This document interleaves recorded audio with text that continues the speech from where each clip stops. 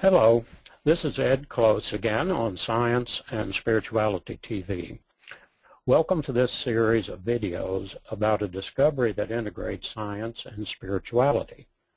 The theories of everything proposed by physicists like Stephen Hawking are not really theories of everything because something very major has been left out.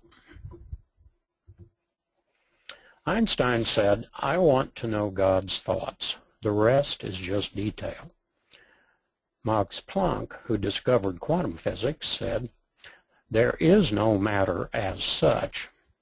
And like Einstein, he believed that there is an infinite intelligence behind the phenomena that make up the observable universe.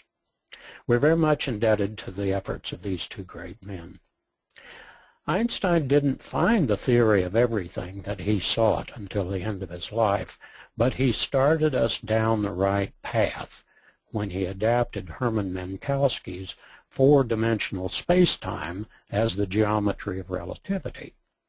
After studying Einstein's work for many years, I came to understand that the theory of relativity is successful to a large extent because the mathematics of four-dimensional geometry more closely reflects reality than does the mathematics of three-dimensional geometry. Reality is multidimensional. We know that now, and your mind is the doorway to these extra dimensions. Several other physicists, notably Oscar Klein, Theodore Kaluza, and Wolfgang Pauli, began to carry this line of reasoning further by using five-dimensional models, and they had success. But for several reasons, they didn't go farther with this.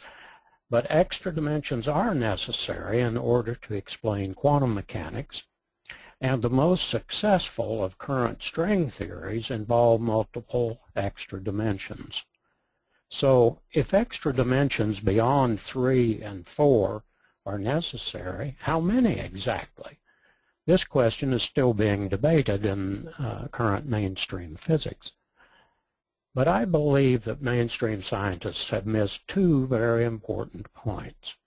One, quantum models fail to adapt fully to the empirical fact that the physical reality we live in is quantized. It's made up of finite elements. And two, string theory models have failed to relate the nature and structure of these extra dimensions of reality to the nature and structure found in pure mathematics. So, what lies in the four plus dimensions surrounding the neurons and synapses of your brain? And why is there still no real theory of everything? It's because mainstream physicists refuse to look outside the box of materialism. In this series of presentations, I will show you how Dr. Nepi and I prove that something else exists beyond matter, energy, time, and space. This something else has already been detected by modern scientists, but they don't know what it is or how to explain it.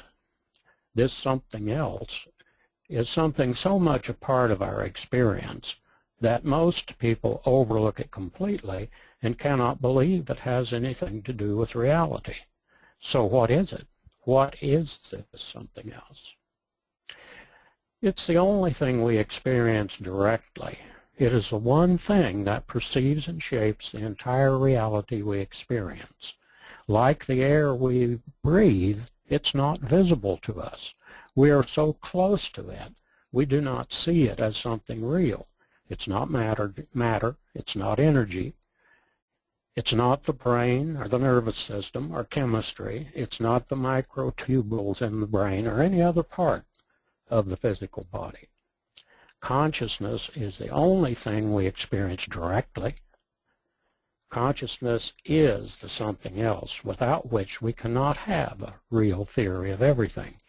In my book, Transcendental Physics, I asked the question, Could matter and energy be explained in terms of consciousness instead of asking whether consciousness could be explained in terms of matter and energy? This was a clear reversal of what was and is currently being done in science. In TDVP, the theory of everything, Dr. Nepi and I include consciousness as the organizing principle, the substrate out of which everything comes into being. Developing the mathematics from that understanding, I saw that there had to be exactly 9 finite dimensions.